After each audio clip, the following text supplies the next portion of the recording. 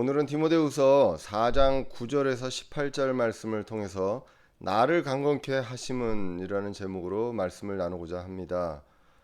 우리가 이제 디모데후서를 이제 오늘 마지막으로 보게 됩니다. 디모데후서에 대해서 우리가 4장 총 4장으로 되어 있는 디모데후서를 통해서 우리가 많은 것들을 이제 보게 됩니다. 먼저 디모데후서는 죽음을 앞둔 바울이 사역자인 디모데에게 보내는 편지, 목회 서신서 그리고 옥중 서신으로 우리가 이제 알고 있습니다. 성경 전체로 보면 격려와 그리고 위로, 권면에 대한 바울이 디모데에게 보내는 그런 내용들이 있습니다. 이건 바울이 보내는 거지만 하나님께서 하나님의 영감으로 성경을 바울을 통해서 기록하셔서 사역자 디모데에게 꼭 필요한 말씀을 전해 주셨다. 우리는 그렇게 믿고 있습니다. 그러면서 이제 바울은 자신에 대한 역할을 이야기합니다. 자신은 이방인의 선포자이고요. 그리고 사도고 교사라고 디모데후서 1장 11절에서 이제 이야기를 하고 있습니다. 디모데후서 전체적으로 이제 보시면 세상에서 우리는 영적 전쟁 중입니다. 사람하고 싸우는 것이 아니라 그 뒤에 있는 그 마귀의 세력과 우리는 싸우고 있습니다. 특별히 이제 마지막 날들의 위험한 때가 이를 것이다. 그리고 가까워 있음을 우리는 알게 됩니다. 어떻게 알게 되느냐? 사람들의 변화를 통해서, 사람들이 변화된 그 모습을 통해서 우리는 이제는 마지막 날들의 위험한 때가 왔구나라는 것을 이제 알게 됩니다. 그리고 그때는 그 거짓 교사가 그 거짓 교리, 그 바른 교리가 아니라 다른 교리를 전한다. 이렇게 이제 성경이 기록을 하고 있습니다. 그래서 이때 우리는 확신할 것이 있습니다. 그 확신하는 것, 배워서 확신하는 것 안에 거해야 한다. 그것이 바로 구원이고 주님의 재림이 있고요. 그리고 우리가 주님과 함께 주님같이 부활하고 주님과 함께 이제 천년왕국에서 통치할 것이고 영원히 주님과 함께 할 것이라는 그 확신이 있습니다. 이것을 흔들려는 세력이 거짓 교사요. 마지막 날들의 위험한 때가 되면 이러한 것들을 흔들려고 하고 이러한 것들을 전하려고 할 때 사람들이 들으려고 하지 않는 그러한 때가 온다는 것을 우리가 이제 성경을 통해서 보게 됩니다. 이제 그렇게 되기 때문에 우리는 때와 상관없이 긴급히 주님의 그 복음을 선포해야 함을 사도 바울이 이제 디모데에게 이야기를 하고 있습니다. 그러면서 이제 지난주에 봤듯이 삶을 정리하면서 바울은 삶을 정리하면서 그 날에 받을 그 관에 대해서 죽음 이후에 의의 관을 받게 된다는 그것을 바라보며 사도 바울은 이제 표대를 향해서 이제 나아가게 되는 그런 어떤 성경에 대한 내용들이 이제 지난 시간까지 디모데 후서에서 우리가 볼 수 있었던 내용입니다. 이렇게 이제 마지막 죽음을 앞두고 그것을 받아들이고 그것을 거부하고 도망가려는 것이 아니라 받아들이고 이제는 달려온 길을 보고 그리고 의의 관을 받는다는 것을 바라보며 주님을 바라보는 그러한 바울이 이제 마지막으로 써내려가는 하나님의 영감으로 써내려가는 그러한 말씀들이 이제 나오게 됩니다. 오늘 말씀은요 크게 이제 한 세 가지 정도로 구분을 할 수가 있습니다. 디모데후서 4장 11절에서 13절을 보면 부탁의 말이 나옵니다. 나를 만나러 오라라고 디모데에게 부탁을 합니다. 속히 만나러 오도록 힘쓰라고 이야기를 합니다. 그리고 이제 14절에서 16절까지 충고가 이어집니다.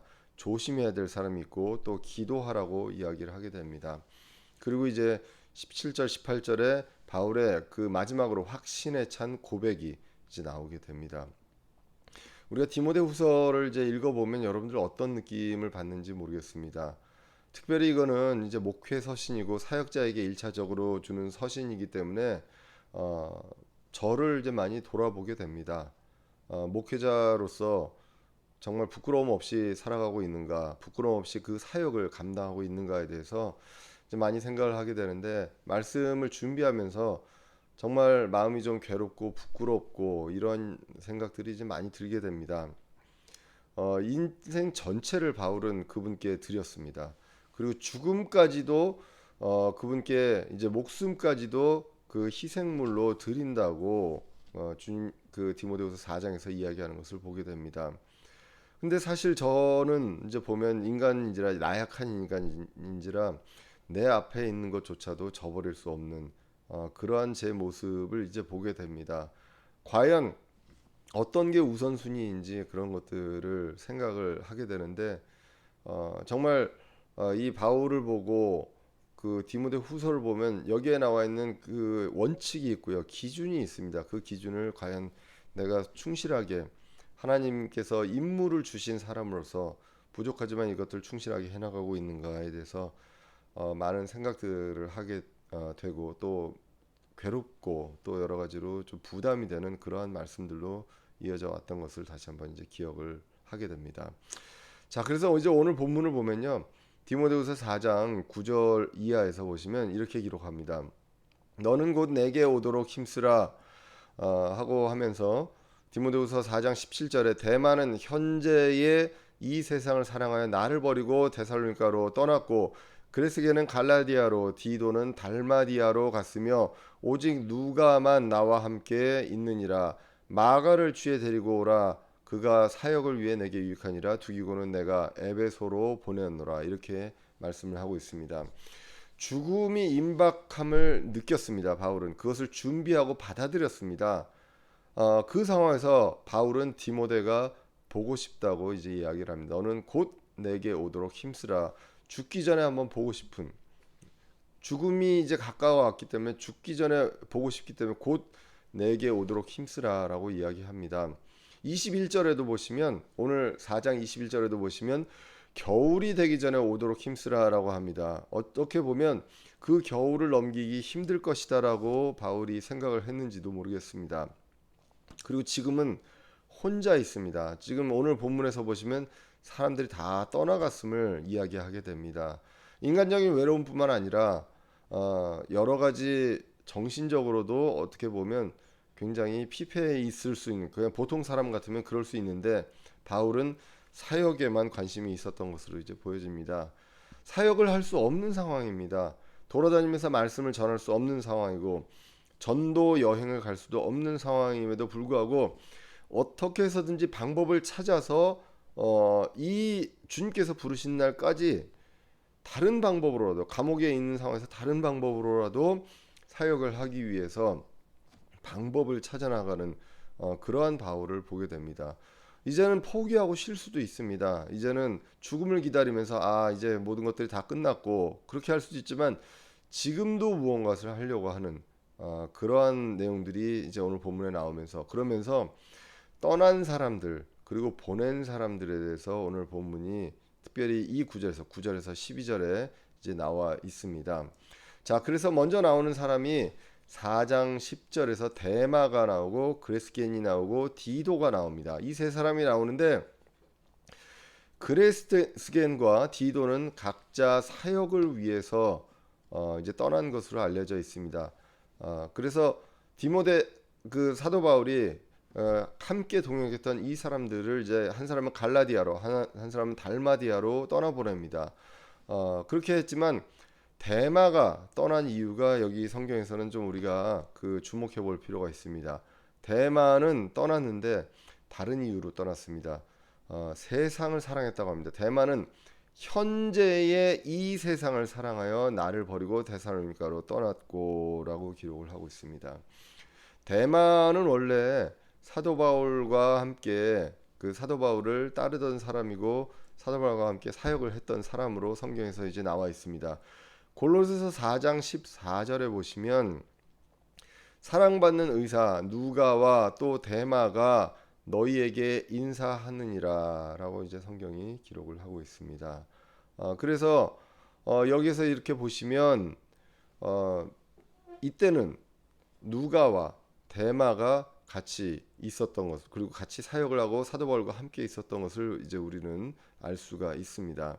그리고 이제 빌레몬서 24절에 보시면 나의 동료 일꾼 마가와 아리스다고와 데마와 누가가 문안하노라 라고 하면서 누가와 함께 이 많은 사람들과 함께 마가와 아리스다고와 함께 데마가 같이 끼어 있습니다. 그래서 같이 동역하던 사람으로 알고 있습니다. 그런데 이제는 이제 디모데 그 바울이 이제 감옥에 이렇게 갇혀서 죽을 때가 가까이 왔을 때 대마는 현재 이 세상을 사랑해서 바울을 버리고 데살로니가로 떠났다고 합니다.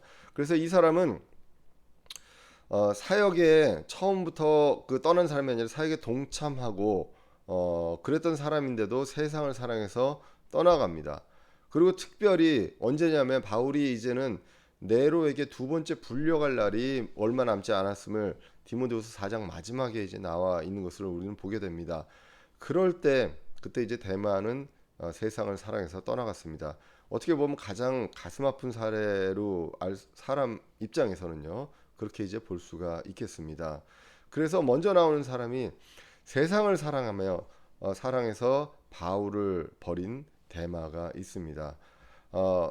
디모데후서 4장 10절에서 보시면 그냥 바울을 떠난 게 아니라요. 바울을 버렸다라고 성경이 기록을 합니다. 떠나고 헤어질 수는 있습니다. 그러나 세상을 사랑하고 또 같이 동역했던 바울을 버리고 떠나간 사람이 바로 데마입니다. 그래서 주님을 사랑하고 따르던 사람들이 이렇게 세상을 사랑하고 배교의 길로 가는 사람들이 분명히 있습니다. 배교자는 모두 구원을 잃느냐? 그렇지 않습니다. 받은 구원은 잃을 수가 없기 때문입니다. 이렇게 같이 동역했던 사람, 구원의 확신이 있던 사람들도 떠나는 사람들이 있다는 것입니다. 그 사람들을 보면서 우리는 실족할 수 있고요. 그리고 실망할 수 있습니다. 아, 정말 저 사람이 구원받은 사람이 맞았는가? 그렇게 볼 수도 있지만 이 사람들조차도 불로써 구원을 받게 됩니다. 그리고 죽음으로써 고린도전서 5장에 보시면 그 사람을 이제 그 육체를 내어줍니다. 그래서 죽지만 육체는 내어주지만 영혼은 구원받게 하기 위함이다라고 성경은 기록을 하고 있습니다.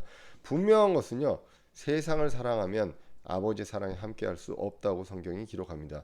요한일서 2장 15절에 보시면 세상이나 세상에 있는 것들을 사랑하지 말라. 어떤 사람이 세상을 사랑하면 아버지의 사랑이 그 속에 있지 아니하니 세상에 있는 모든 것, 즉 육신의 정욕과 안목의 정욕과 인생의 자랑은 아버지에게서 나지 아니하고 세상에게서 나느니라라고 성경이 이제 기록을 하고 있습니다. 주님과 함께하는 영원한 왕국을 사랑하는 것이 아니라 눈앞에 있는 세상을 사랑하는 것. 이것은 어떻게 보면 굉장히 더 쉬운 일이고요. 그게 굉장히 끌리는 일입니다. 눈에 보이지 않는 하나님의 왕국, 그냥 글로만 성경으로만 볼 수밖에 없는 그 왕국이 있는 반면에 눈에 보이고 그리고 굉장히 화려하고 또 나를 기쁘게 해주는, 그냥 내가 잠시 눈만 감으면 내가 이 길을 힘든 일을 가지 않고 그냥 돌아서기만 하면 뭔가 장밋빛 무엇이 있는 것처럼 보이는 그러한 세상이 있습니다. 그 세상을 사랑하게 된다는 것입니다. 우리의 모습은 어떻습니까? 무엇보다도 주님을 사랑하고 있다고 말씀할 수 있는지, 사실 저는 이 부분에 대해서 제가 개인적으로 좋아하는 것들도 참 많고요. 그리고 개인적으로 사고 싶은 것도 많고 하고 싶은 것들도 많이 있습니다. 근데 그러한 것들이 과연 세상적인 것들인데 이것을 주님보다 더 사랑하고 있지는 않는지 우리가 이 모습을 보면서 알 수 있습니다. 완전히 떠나지는 않더라도 우리의 관심이 어디로 가 있는가 우리는 다시 한번 볼 필요가 있다는 것입니다. 그래서 모든 일을 다 저버리는 것이 아니고 그것을 모든 것을 다 저버리고 하나님을 온전히 따르라는 것이 아니라요. 우리가 하는 일을 하긴 하지만 그러나 주님을 더 사랑하고 아버지의 왕국을 더 사랑하고 아버지의 말씀을 더 사랑하고 아버지와 함께하는 것을 더 사랑할 수 있는가, 삶의 우선순위가 어디에 있는가, 이것을 보라는 것입니다. 우리가 데살로니가 후서 3장에서도 보시면 마지막 때가 가까이 왔어도요. 그렇게 느껴도 우리는 매일매일 할 일을 해야 한다고 이야기를 하고 있습니다.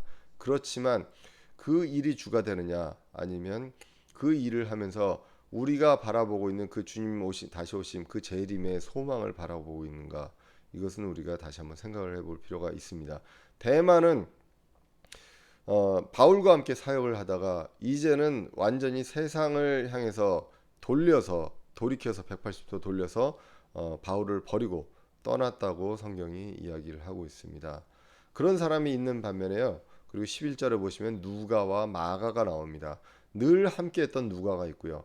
그리고 헤어졌으나 다시 관계를 회복한 마가가 나옵니다. 먼저 이제 누가가 11절에 나옵니다. 오직 누가만 나와 함께 있느니라 라고 이제 나오게 됩니다. 성경에서 보면 누가는 늘 바울을 지켰다, 바울 곁을 지켰다고 이야기를 합니다.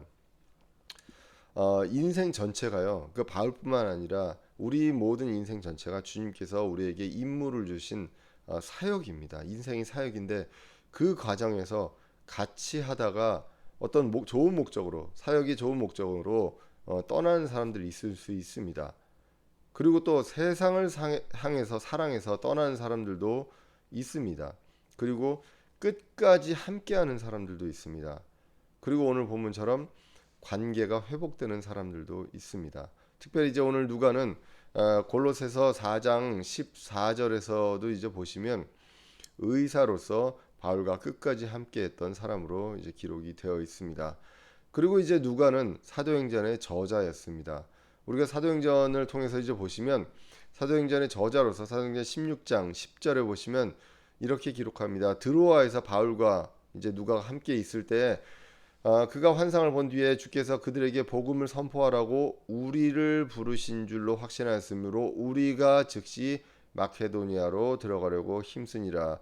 바울과 누가를 이야기하고 있습니다. 그 일행들 그러면서 사도행전의 저자인 누가는 우리라고 이야기하면서 이제 이때부터 바울과 같이 합류했던 것으로 이제 성경학자들은 해석을 하고 있습니다.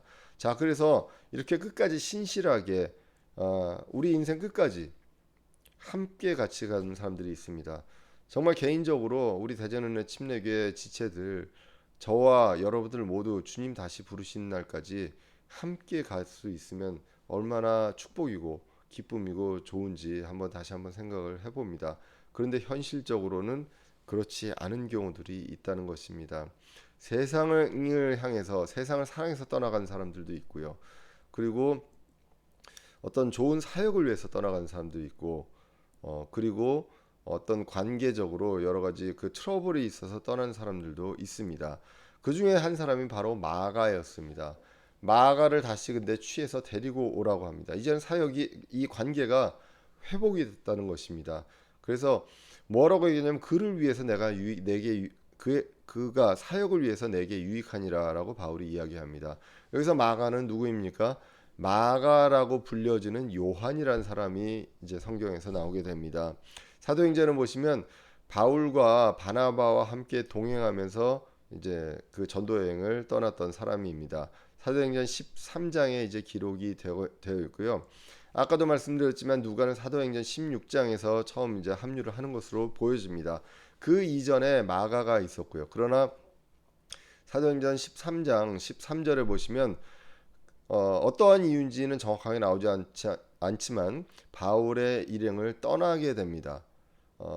어떤 성경학자들은 너무나 사역이 힘들어서 전도여행이 힘들어서 중간에서 떠났다라는 이야기도 나오기도 하지만 어떤지는 잘 모르겠습니다. 13장 13절에 보시면 이제 바울과 그의 일행이 바보에서 배 타고 떠나 밤빌리아의 버가에 이르렀을 때 요한, 여기서 요한이 마가입니다. 요한은 그들을 떠나 예루살렘으로 돌아가니라 라고만 나오게 됩니다. 그래서 어떤 분들은 힘들어서 너무 사역이 힘들어서 떠났다는 사람도 있고 어떤 학자들은 서로 어떤 사역에 대해서 의견 충돌이 생겨서 다투고 떠났다라고 이제 기록을 하기도 합니다. 왜냐하면 마가도 그냥 힘들어서 떠날 만한 사람이 아니다라고 이야기하기도 합니다. 그런데 결과적으로요 떠났고요. 이것 때문에 다시 이제 바울과 바나바가 전도 여행을 가려고 할 때 바울과 바나바도 마가를 데려가느냐 안 데려가느냐 그 문제로 심하게 다투고 이제 헤어지게 됩니다. 바울은 다시는 데려가고 싶지 않아 하고 바나바는 이제 마가를 데려가고 싶어 했던 그 이유 때문에 그렇습니다. 그만큼 이제 바울에게는 그 관계가 아마 상당 기간 동안에 관계가 이제 끊어졌던 것을 이제 보게 됩니다. 그런데 그 이후에 그 관계가 회복되는 것을 이제 성경을 통해서 이제 보게 됩니다. 골로새서 4장 10절에 보시면 나와 함께 갇힌 자 된 아리스다고와 바나바의 누이의 아들 마가와라고 나오면서 이 마가에 대하여는 너희가 명령을 받았으니 그가 너희에게 이르거든 그를 받아들이라라고 나오게 됩니다. 그래서 이 관계가 어떤 다툼으로 인해서 이제 헤어졌지만 사역 중에 헤어졌지만 다시 이제 회복이 돼서 그를 다시 만나고 싶어하는 사도 바울을 오늘 디모데후서 4장 11절에서 이제 보게 됩니다. 다른 이유로 헤어질 수도 있고 다툴 수도 있고요. 그렇지만 신자로서요. 그 바람직한 것이 있다면 이런 그 무너진 관계라든가 단절된 관계가 다시 회복되는 것. 이것이 어떻게 보면 신자로서 가장 바람직한 그런 관계입니다. 왜냐하면 주님께서 맺어주신 지체입니다. 배교한 자가 아닌 이상 개인적으로 어떤 것들이 신념이 틀리고 관점이 틀려서 헤어졌다고 하더라도 우리가 관계를 나쁘게 헤어지지 않고 그 나쁘게 헤어졌더라도 다시 회복할 수 있는 것, 그것이 바로 그리스도 안에서 지체로서 해야 될 바람직한 일이라는 것입니다. 되도록이면 안 좋은 일로 헤어지지 않으면 좋겠지만 그렇다 하더라도 이러한 것들을 회복할 수 있는 것이 필요하다. 고린도 후서에서도 보시면 음행한 자에 대해서 회개하면 받아주라라고 이제 이야기를 하고 있습니다. 오늘 본문은요 특별히 마가를 다시 데려오라고 합니다. 그냥 회복한 게 아니라 다시 데려와서 만나고 싶다. 왜냐하면 바울이 사역을 하는 데 있어서 유익하다라고 이야기를 합니다. 그래서 바울은 계속 사역에 대해서 이야기를 하고 있다는 것입니다. 감옥에 있으면서도 그것을 위해서 이제 바울에게 유익하다라고 성경이 기록을 하고 있습니다. 자, 그다음에 그 디모데에게 다시 한번 부탁을 합니다. 내가 올 때 내가 드로아에서 가보에게 맡겨 놓은 겉옷을 가져오고 또 책들을 가져오되 특별히 양피지들을 가져오라. 갑자기 잡혀감으로 인해서 가져오지 못했던 어떤 그런 소중한 것들을 디모데 보고 가져오라라고 이제 부탁을 하게 됩니다. 자, 그래서 13절에 보시면 겉옷과 책들과 양피지를 이제 가져오라고 합니다. 세 가지를 가져오라고 하는데 겉옷은 겨울에 그 추위를 위해서 이제 가져오라고 하는 것으로 이제 보여집니다. 왜냐하면 21절에서도 겨울이 다가옴을 이야기합니다. 그렇기 때문에 그 겉옷을 가져와 달라고 이야기를 하고 그 다음에 양피지와 책들이 있습니다. 이 책들은 아마 읽을 책들인 것으로 이제 성경학자들이 이야기를 하고 있고요. 그리고 양피지는 특별히 구약의 어떤 기록들, 성경 기록들, 그 두루마리 성경 이것을 이야기한다고 이제 보고 있습니다. 그래서 그 안에서도 성경 기록을 계속 보고 또 사역을 하기 위한 그러한 것들을 마지막 죽는 날까지 어떻게 보면 데살로니가 후서 3장에 나온 것처럼 이 일을 주님 사도 바울이 그러니까 하나님께서 사도 바울에게 맡겨주신 그 일을 죽는 날까지 하기 위해서 이러한 것들을 가져오라고 이제 이야기를 하고 있습니다. 겉옷이 이제 육신을 위한 것이라면 책과 양피지는 영적인 양식에 대한 것으로 이제 볼 수가 있습니다. 이렇게 데마가 있었고요. 그리고 누가와 마가가 이제 있었습니다. 사도 바울이 곁에 있었던 사람들에 대해서 이제 성경 기록이 이제 나오고 있습니다. 그리고 이제 알렉산더가 나오게 됩니다. 이 사람은 복음을 대적한 자로 나오게 됩니다. 이 알렉산더는 디모데전서 1장 20절에서도 나오게 되고요. 그리고 19장 33절에서도 사도행전 19장에서도 이제 기록이 나와 있습니다. 오늘 보면 4장 14절에서 보시면 구리 세공업자 알렉산더가 내게 많은 악을 행하였으니 주께서 그의 행위대로 그에게 갚으시기를 원하노라. 너도 그를 조심하라. 그가 우리의 말들을 크게 대적하였느니라라고 기록합니다. 앞뒤에 다른 사람들보다 굉장히 다르게 알렉산더에게는 이야기합니다. 온유하게 이야기하지 않습니다. 긍휼로 이야기하지 않고요. 그리고 강하게 이야기하면서 주께서 그의 행위대로 갚으시기를 원하노라라고 그렇게 주님께 알렉산더에 대해서 기도를 하고 있는 바울을 이제 보게 됩니다. 왜 그렇습니까? 바울의 사역을 크게 대적한 자로 나오게 됩니다. 이 사람은 신성 모독했다고 디모데전서 1장 20절에도 나오게 됩니다. 사도행전 19장에 보시면 이제 알렉산더가 거기서도 이제 그 사역을 방해하는 그러한 모습으로 나오게 되고 그 당시에도 에베소에 있었고요. 디모데도 에베소에서 사역을 했습니다. 그렇기 때문에 디모데도 알렉산더를 아는 사람입니다. 근데 우리의 말을 크게 대적했다고 합니다. 여기서 우리의 말, 나의, 이렇게 오늘 디모데후서에 나오는 구절들이 있었죠. 나의 복음이 있었고요. 나의 교리가 있었고 나의 믿음이 있었습니다.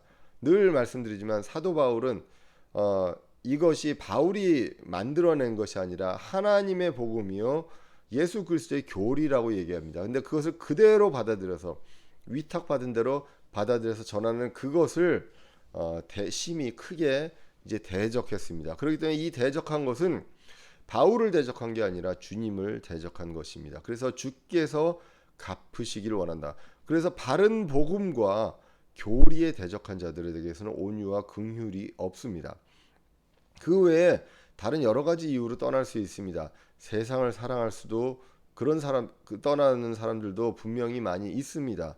그러한 사람들을 우리가 긍휼하게 볼 수도 있습니다. 하지만 이 주님의 복음 그리고 바른 교리를 대적하고 변질시키고 그러한 자들에 대해서는 예수님도 바리새인과 그 서기관들을 위선자라고 강하게 이제 이야기했었고요. 바울도 이러한 거짓 교사들 그리고 이렇게 대적하는 자들에 대해서는 단호하고 분명하게 이야기를 하고 있다는 것입니다. 알렉산더는 그러한 사람이었습니다. 바울의 근처에 있었던 사람 중에 최악의 사람으로 바울 속에서 그리고 성경에서 기록이 되어 있습니다. 그리고 이제 반면에 이 바울이 알렉산더에게 이렇게 저주에 가깝게 이렇게 주님께 기도하는 반면에 바울과 함께 하지 않은 모든 사람에게 바울은 또 다르게 이야기하는 것을 이제 16절을 통해서 이제 보게 됩니다. 16절 보기 전에 이것을 이제 보게 됩니다. 디모데전서 1장 19절에 20절에 후메네와 알렉산더에 대한 내용들이 이제 나오게 되는 것을 이제 보게 됩니다. 자, 그래서 바울을 버린 모든 사람이 이제 마지막으로 또 나오게 됩니다.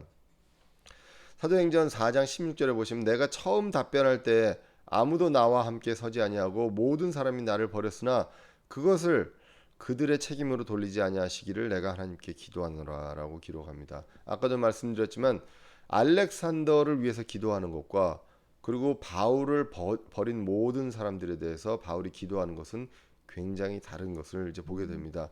바울이 이제 로마의 법정에 있었습니다. 법정에서 변호할 때 그 곁을 지켜주는 사람이 아무도 없이 모두 다 그를 떠나갔다고 성경이 이제 기록을 하고 있습니다. 모든 사람이 바울을 버렸습니다. 만약에 이 바울의 그 입장이라면 모든 사람이 나를 배신했습니다. 가장 나에게 도움이 필요할 때 모든 사람이 나를 떠나갔다고 이제 기록을 하고 있다는 것입니다. 모든 사람이 나를 버렸다라고 이야기합니다.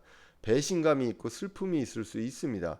그런데 바울의 태도는 알렉산더에게 보였던 것과 달랐다는 것입니다. 그래서 어떻게 달랐느냐? 긍휼의 기도를 합니다.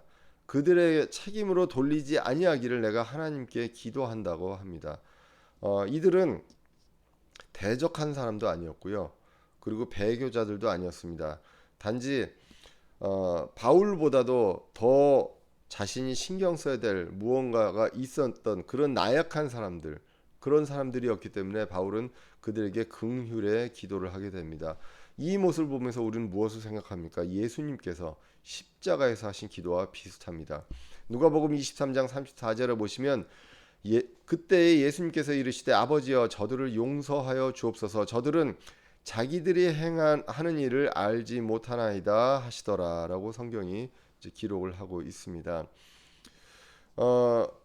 이렇게 베드로처럼 그리고 베드로가 용기 없이 그 예수님을 피했던 그러한 것들도 있었고 십자가에서 많은 사람들이 예수님께 조롱하고 이랬던 것들을 우리는 기억합니다. 이때 예수님도 그들을 긍휼히 여기시면서 그들을 위해서 기도했습니다. 무엇을 봅니까?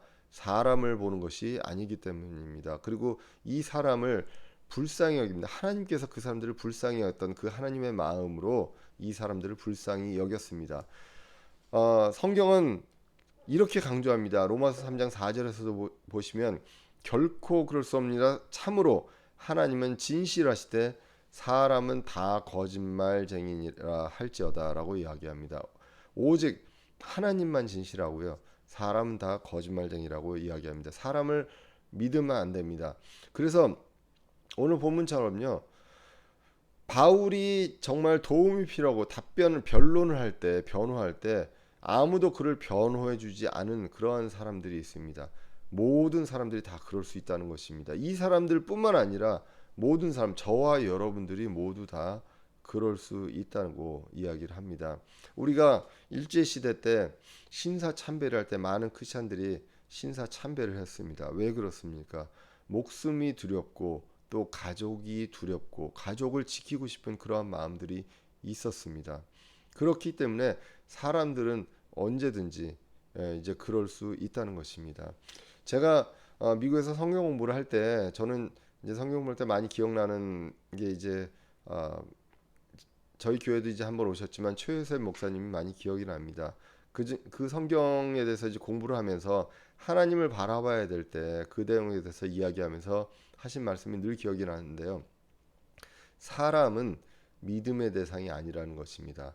사랑의 대상이다라는 것입니다. 사람은 믿어야 할 존재가 아니라 사람은 사랑을 해줘야 되는 존재다라는 것입니다. 늘 내가 사랑을 해줘야 되는 존재로 사람을 보게 되면 그 사람한테 기대할 것이 없게 됩니다. 그런데 내가 믿고 싶고 의지하고 싶은 그러한 사람이 있게 되면 그 사람에 대해서 기대하게 되고 그 기대를 저버렸을 때 배신감을 느끼게 된다는 것입니다. 모든 사람이 버릴 수 있습니다. 내가 어려울 때, 정말로 어려우고 억울할 때 모든 사람이 버릴 수 있습니다.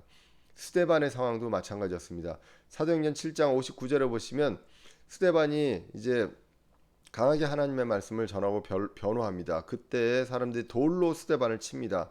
그가 하나님을 부르며 주 예수님이여 내 영을 받으시옵소서라고 하면서 이제 죽게 되는데요.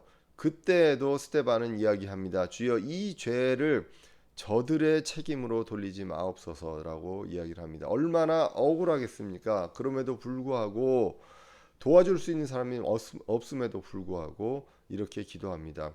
억울한 일을 당해서 바울이 지금 갇혀 있습니다. 자기가 잘못한 죄가 있는 것이 아닌데 억울하면서 갇혀 있는데 도와줄 사람이 없습니다. 정말 도와줄 수 있는 사람이 있으리라 생각되지만 그들이 외면합니다. 그럴 때 우리는 무슨 생각이 듭니까? 아, 내가 인생을 잘못 사는 게 아닌가라는 생각을 하게 됩니다. 사람은 그럴 수 있다는 것입니다. 늘 자기 가족이 먼저고요. 내 앞에 있는 내가 가지고 있는 것들을 잃을까봐 먼저 그런 것들을 챙길 수밖에 없는 것이 이 나약한 사람들이라는 것입니다. 그러면 우리는 그 모습을 보고 실망해야 합니까? 그렇지 않다고 오늘 보면 17절에서 이야기합니다. 누가 있기 때문입니까? 계속 앞에서는 사람들이었습니다. 데마도 있었고 누가도 있었고 마가도 있었고요. 알렉산더도 있었습니다. 그리고 바울을 버린 모든 사람들이 있었습니다. 그럼에도 불구하고 우리와 함께 서시는 주님이 있기 때문에 우리는 실망할 수 없습니다. 그럼에도 불구하고 주께서 나와 함께 서서 나를 강건하게 하셨으니 이것은 나로 말미암아 그 선포한 말씀이 온전히 알려져서 모든 이방인들이 듣게 하려 하심이라 라고 성경이 오늘 17절이 이야기를 하고 있습니다. 모든 사람들이 바울의 무죄를 변호하지 않고 침묵하고 떠났습니다. 버리고 떠났을 때 그럼에도 불구하고 주님께서 나와 함께 서신다. 주님께서 모든 일을 끝내고 앉으셨음에도 불구하고 이제는 바울과 함께 서십니다. 강건하게 하신다라고 성경이 기록을 하고 있습니다.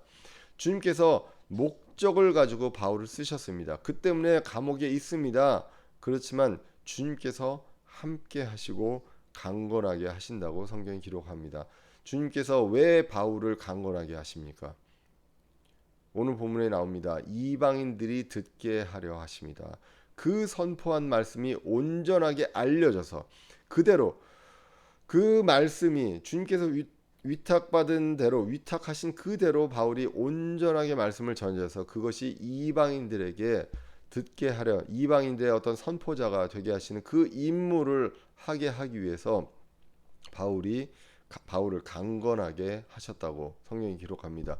디모데후서 1장 11절을 보시면 내가 이 복음을 위하여 이방인들의 선포자와 사도의 교사로 정하여졌느니라 라고 성경이 기록하고 있습니다. 그가 받은 사명이 분명하게 있습니다. 그것을 위해서 그냥 임무만 주고 너 알아서 해라가 아니라 주님께서 서서 그와 함께 하시고 강건하게 하셨다라고 성경이 기록을 하고 있다는 것입니다. 그 일을 위해서 강건하게 하셨다.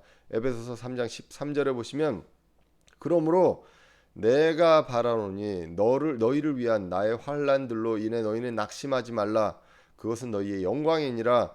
이런 까닭에 내가 우리 주 예수 그리스도의 아버지 곧 하늘과 땅에 있는 온 가족에게 이름으로 주신 분께 무릎 꿇고 비노니 그분께서 자신의 영광의 풍성함에 따라 자신의 영을 통해 속 사람이 능력으로 강건하게 됨을 너희에게 허락하시며. 그러니까 바울뿐만 아니라 우리 모두에게 주신 그 임무 목적이 있기 때문에 그 일을 감당하시라고 강건함을 허락하신다라고 성경이 이야기합니다. 그래서 17절로 이어집니다. 믿음을 통해 그리스도께서 너희 마음속에 거하게 하시고. 지금 바울이 이야기합니다. 죽기 전에 주님이 함께 서 계시고 강건하게 하신다. 우리 모두에게도요. 강건하게 하심을 허락하고 그리고 믿음을 통해서 우리 마음속에 거하게 하신다라고 성경이 이야기를 하고 있다는 것입니다. 육적으로도 건강하게 해주시고 영적으로도 건강을 허락하여 주셔서 그것을 통해서 주님께서 저와 여러분에게 맡겨주신 그 임무를 잘 감당할 수 있도록 하게 하신다는 것입니다. 바울이 이제 죽음이 가까움을 알고 있습니다. 이제 강건함을 거두어 가시고 그를 부르시는 그러한 때가 이제 다가온 것을 알고 있습니다. 그런데 지금까지 그를 강건하게 붙드셨다고 이제 기록을 하고 있습니다. 자, 그렇게 하고 이제 17절 후반에 바울은 이렇게 고백합니다. 끝까지 보존하시는 분이 있다. 주님이다. 함께 서 계시고 강건하게 하시고 그리고 끝까지 자신을 보존해 주신다고 합니다. 그런데 먼저 어떻게 했느냐? 디모데후서 4장 17절 후반부에 내가 사자의 입에서 구출되었느니라 라고 기록을 합니다. 우리가 사도행전을 보시면 바울의 사역 동안에 주님은 끝까지 바울을 건지셨습니다. 그 죽음의 위협 속에서 여러 가지 위기 속에서도 바울을 건지셨습니다. 왜 그렇습니까? 주님께서 주신 그 임무를 끝까지 감당하라고 건강과 그리고 목숨을 지켜주셨던 것을 보게 됩니다. 우리가 제가 잘해서 그리고 여러분들과 제가 잘해서 이렇게 건강하고 가진 것이 있습니까? 그것이 아니라 주님께서 함께 하셔서 주님께서 그 임무를 감당하라고 하신 것. 그렇기 때문에 주님의 나라와 의를 먼저 구하라고 이제 마태복음에서도 이야기했던 것을 우리는 기억합니다. 주님의 일을 하기 위해서 우리가 강건함을 받았다라는 것입니다. 사자의 입에서도 구출해 주신 주님이라는 것입니다. 베드로전서 5장 8절에서도 보시면 정신을 차리라 깨어 있으라 너희가 대적 마귀가 울부짖는 사자같이 두루 다니며 삼킬 자를 찾는다고 합니다. 마귀는 사자처럼 우리를 삼키려고 합니다. 그런데 우리를 지키신다고 당신의 사람을 지키신다고 기록을 합니다. 요한일서 5장 18절에 보시면 누구든지 하나님에게서 난 자는 죄를 짓지 아니함을 우리가 아노니 오직 하나님께서 난 자는 자신을 지키심으로 저 사악한 자가 그를 건드리지 못하게 하느니라 라고 이야기를 합니다. 그래서 그분은 그분의 사람을 지키신다. 왜? 그분의 사람을 보호하시고 또 그분께서 맡겨주신 그 임무와 사역을 끝까지 감당하게 하기 위해서 이제 강건함을 허락하셨다고 합니다. 그래서 우리 인생에서 모든 순간순간에 저와 여러분들을 구출해 주신 그것들에 대한 경험을 우리는 알게 됩니다. 그리고 18절에서 보시면 주께서 나를 모든 악한 일에서 건져내시고 또 자신의 하늘 왕국에 이르기까지 보존하신다라고 기록합니다. 그를 지키시고 그리고 지키실 것이다라고 기록하는 그러한 말씀입니다. 구출해 주셨고요. 그리고 건져내고 계시며 그리고 앞으로도 건져내시고 보존해 주신다고 기록합니다. 이 말씀을 보면 무엇이 생각납니까? 고린도후서 1장 10절이 정확하게 생각이 납니다. 그분께서 이와 같이 큰 사망에서 우리를 건지셨고 그리고 건지고 계시며 그리고 여전히 건지시리니라고 이야기합니다. 그렇게 우리는 이 삶 속에서 주님께서 주님의 목적을 따라서 임무를 따라서 주어주신 그 삶 속에서 우리 혼자 어떻게 되는 것을 위해서 놔두시는 것이 아니라 끝까지 건지셨고 건지고 계시고 그리고 건지실 것이라고 성경은 이야기하고요. 우리에게 강건함을 주셔서 우리에게 주신 임무를 감당하게끔 하신다는 것입니다. 언제까지요? 언제까지 이것을 합니까?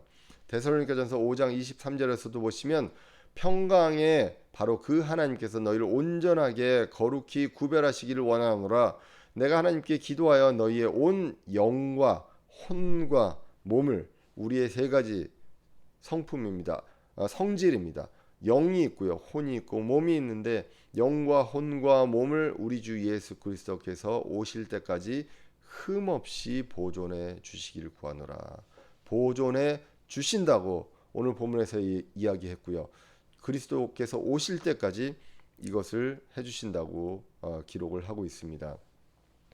자, 오늘 다시 본문으로 돌아가서 보시면 구출되었느니라. 그리고 건져내시고 그리고 언제까지요? 하늘 왕국에 이를 때까지 보존해 주신다고 기록을 합니다. 아까 그 데살로니가 전설을 봤었습니다. 여기서 주님께서 오실 때까지, 주님께서 오시기 전까지 죽는 사람도 있습니다. 그리고 살아있는 사람들도 있습니다. 흠없이 이 모든 사람들을 보존해 주십니다. 바울은 주님 다시 오시는 날 그 날 전에 어떻게 보면 이제 하늘 왕국으로 올라가게 됩니다. 보존해 주신다는 약속을 했는데요. 바울은 우리 어떻습니까? 이미 죽었습니다. 그런데 보존해 주신다고 약속을 하고 있습니다. 이것은 무엇입니까? 우리가 성경 전체로 보시면 바울은 이제 예수님 다시 오실 때까지 보존해 주신다는 그 약속을 봤을 때 부활하게 됩니다. 고린도전서 15장에서처럼 썩지 아니할 몸으로 우리가 다시 부활해서 주님을 만나러 공중으로 올라간다고 이야기를 하고 있습니다. 그런데 그 전에 바울은 죽게 됩니다. 주님 다시 오시기 전에 죽게 되는데 그때 바울은 어디로 갑니까? 하늘 왕국으로 간다고 합니다. Heavenly Kingdom으로 간다고 합니다. 이 성경 구절은요. Heavenly Kingdom은 하늘입니다. 하늘로서 고린도후서 12장의 셋째 하늘에 나왔던 하나님이 함께 계시고 그리고 거기에서 음성을 들려주시고 또 이렇게 컨트롤 하시는 그러한 그 셋째 하늘, 그 하늘에 이제 바울이 가게 됩니다. 신자들이 죽으면 가게 되는, 결국 신약 시대에 신자가 죽어서 가는 곳, 그곳이 바로 헤븐리 킹덤, 하늘 왕국입니다. 성경에서는 하늘의 왕국도 나오고 하나님의 왕국도 나옵니다. 이것과 지금 하늘 왕국은 다르다는 것입니다. 헤븐리 킹덤은 오히려 헤븐이라고 나오는 하늘에 가까운 것이고, 더 킹덤 오브 헤븐, 하늘의 왕국은 유대인에게 약속하신 그 이 땅에 건설되는 메시아 왕국입니다.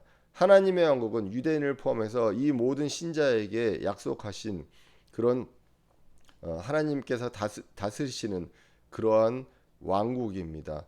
보이는 것이 아니라 우리 마음속에 있고 우리와 함께 통치하시는 그 하나님의 왕국, 하늘의 왕국을 포함하는 더 그 긴 영역의 것들이 이제 하나님의 왕국입니다.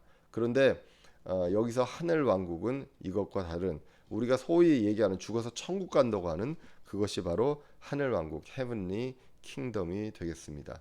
그때까지 보존하신다. 죽어도 썩지 아니할 몸으로 부활하고 보존하신다고 성경이 기록을 하고 있습니다. 그 후에 구절은 이제 문안 인사가 나오게 됩니다. 축복도 나오게 되고 그렇게 하면서 이제 오늘 디모데후서 4장이 끝나게 됩니다. 오늘 말씀을 요약하고자 합니다. 사역을 위해서 같은 목적으로 떠난 사람들도 분명히 우리 인생에 있습니다. 그리고 또 세상을 사랑해서 떠난 사람들도 있습니다. 그리고 대적하는 사람들도 우리 주위에 있습니다. 그 바른 교리를 대적하는 그러한 사람들이 분명하게 우리 주위에 있다는 것입니다. 그리고 어떤 것이든지 두려워서 떠난 모든 사람들도 있습니다. 그러한 사람들, 모든 사람들이 분명히 우리 주위에 있습니다. 우리는 그 사람들을 보고요, 그것 때문에 슬퍼할 때도 있고 기뻐할 때도 있습니다. 사람들을 보고 일희일비할 때가 분명하게 있다는 것입니다. 어떨 때는 배신을 감을 느낄 때도 있습니다. 왜 그렇습니까? 그 사람을 믿고 의지했기 때문에 배신감과 슬픔이 크게 됩니다. 그런데 성경은 이야기합니다. 우리에게 주신 사역이 있습니다. 우리는 주님을 바라보게 됩니다. 그 뒤에 있는, 그 배경에 있는 주님을 바라보게 됩니다. 우리가 고난이 있을 때 사람들은 그 고난을 보고 떠날 수밖에 없습니다. 내가 가진 것을 잃지 않기 위해서 용기가 없지만 떠날 수밖에 없지만, 주님은 우리와 함께 하시고 우리와 함께 서 계시고 그리고 우리를 강건하게 하신다고 기록을 하고 있습니다. 그래서 지금까지도 지키시고 그리고 앞으로도 지키신다고 성경이 기록을 하고 있다는 것입니다. 이렇게 떠난 사람들을 보게 되면요, 슬프고 약하게 되지만 끝까지 함께 서시는 주님을 보게 되면 우리는 그 소망을 갖고 강건하게 하시는 이제 주님을 이제 볼 수가 있다는 것입니다. 바울을 강건하게 하시는 이제 주님을 우리는 이 성경을 통해서 보게 됩니다. 바울에게는 분명한 임무가 있었습니다. 이방인의 사역을 위한 주님의 임무가 있었기 때문에 그 오랜 기간 동안에 엄청난 거리를 다니면서도 주님께서 그를 지켜주시고 강건함을 허락하여 주셨다고 기록을 하고 있습니다. 저는 사실 이 말씀을 보면서 주님께서 강건하게 하신다는 그 말씀을 보면서 저를 다시 한번 돌아보게 됩니다. 저에게 사실 체력과 건강을 주셨습니다. 그래서 제가 다른 사람들보다도 아직까지 그 체력이 굉장히 좀 세고 그리고 건강하다고 믿고 있습니다. 그런데 이것이 제가 뭐 운동을 많이 해서 뭐 이렇다는 것이 아니라 주님께서 맡겨진 일을 하기 위해서, 그것을 맡겨진 일을 잘 감당하라고 주신 건강이 아닌가, 저는 요즘 많이 생각을 합니다. 많은 일정 속에서 정말 다른 데로 여러 가지 다른 좌우를 돌아보기 어려운 상황이지만 주님께서 주신 그 건강으로, 강건함으로 지금까지 부족하나마 제한된 시간 속에서 사역을 하고 있습니다. 반면에 여러 가지로 부족함을 많이 느낍니다. 정말 이렇게 자비량으로 한다는 것이 많은 역할들을 감당하지 못하고 그냥 아주 일부만 그 감당할 수밖에 없는 그런 제한적인 상황이라는 걸 많이 느낍니다. 하지만 저의 나약함이 있고요. 그런 것들이 있기 때문에 주님께서는 어떻게 보면 나약한 사람을 쓰시기 위해서 이 자비량을 허락하신 것 아닌가라는 생각을 하게 됩니다. 전임 사역자들, 정말 삶을 헌신하는 그분들을 보면 정말 저는 부끄러울 수밖에 없고요.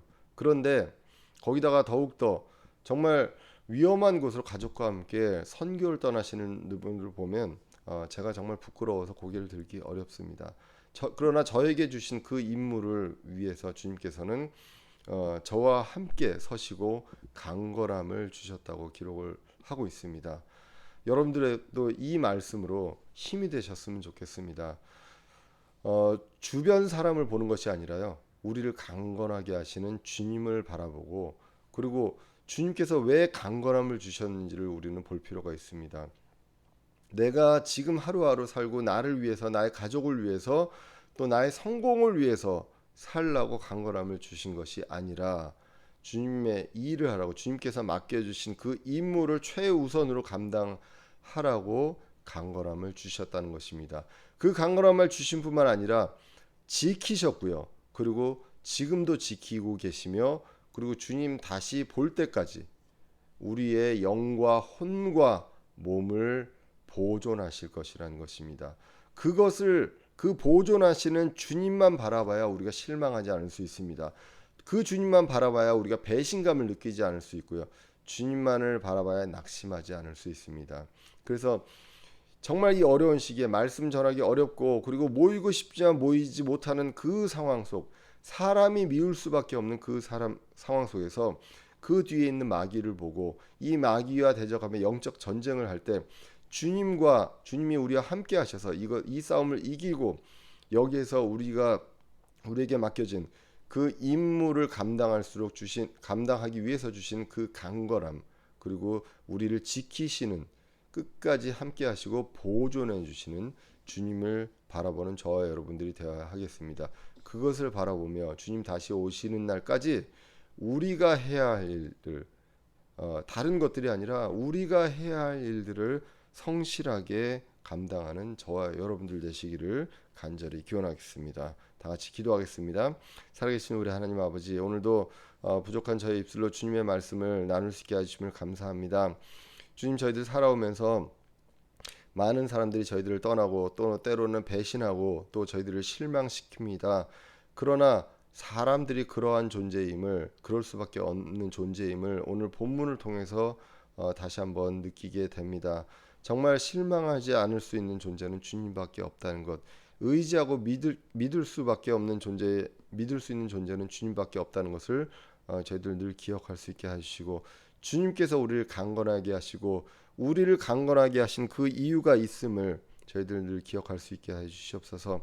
그 임무를 생각하며 강건케 하신 그 주님, 강건케 하신 주님이 함께하고 그것을 하라고 하시는 그 임무를 우리 저희가 늘 기억하고 또 성실히 감당함으로써 오직 주님만을 바라보며 재림을 사모하며 의의 관을 사모하는 저희들 될 수 있도록 인도하여 주시옵소서.